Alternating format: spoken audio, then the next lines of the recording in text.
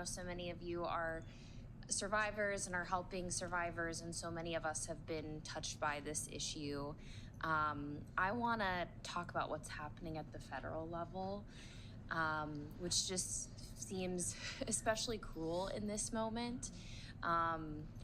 We saw that the federal office on violence against women has removed funding opportunities from its website. And I know that you all rely on federal funding.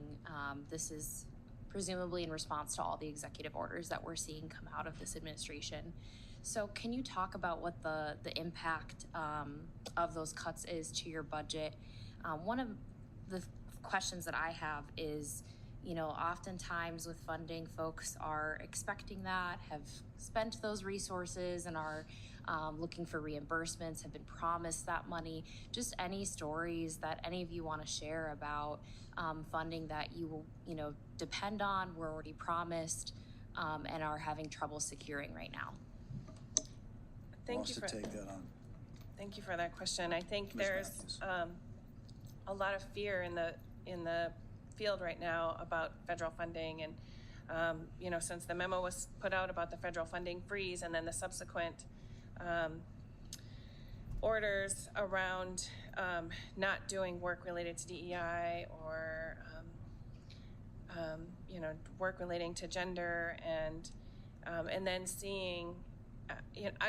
We are actually in the midst of writing some of those grants, and we're watching in real time as they were pulling them down one after one after one. We have screenshots of when they were pulling them down in the evening. Many of our programs rely on those funds. Many of our tribal programs, in fact, probably the vast majority of our tribal programs rely on those funds to be able to provide the critical services they provide in Indian country. Many of our programs also rely on those federal funds to do our work. I think our organization in particular is probably about 80% federally funded. And so should that funding go away, we will not have the staff that we have today.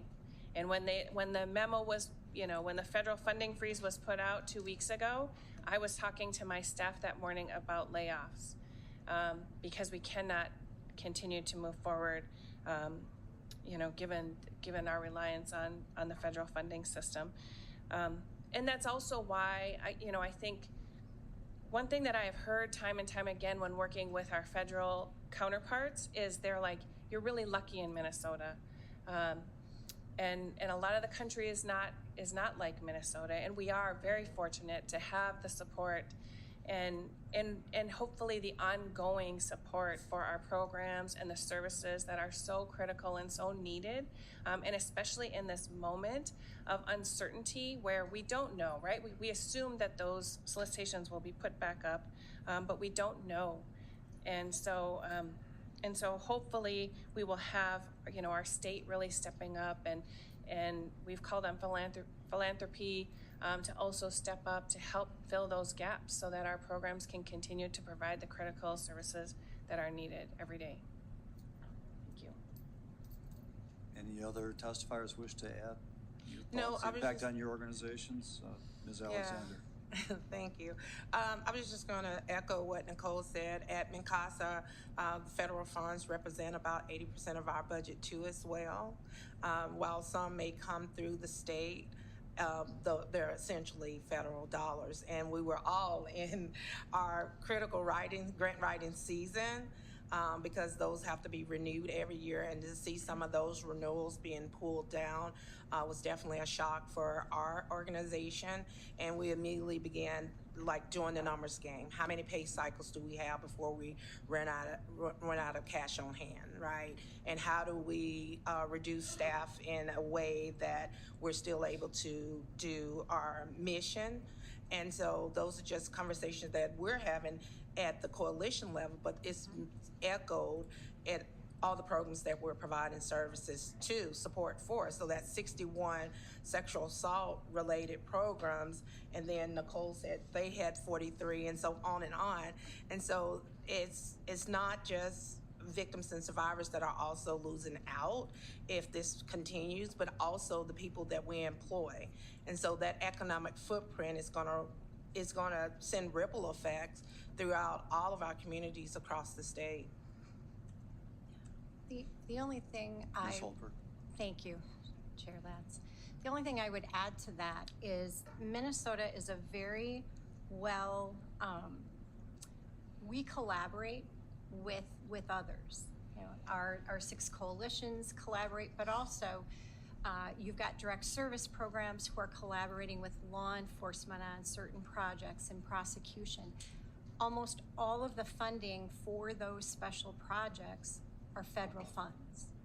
And so while we have a really rich history of helping law enforcement understand what we do, us understanding what they do, and how we can work together for the greater good and response to victims of crime, that work gets set back also. Ms. Lopez or Milliken, anything you'd like to add?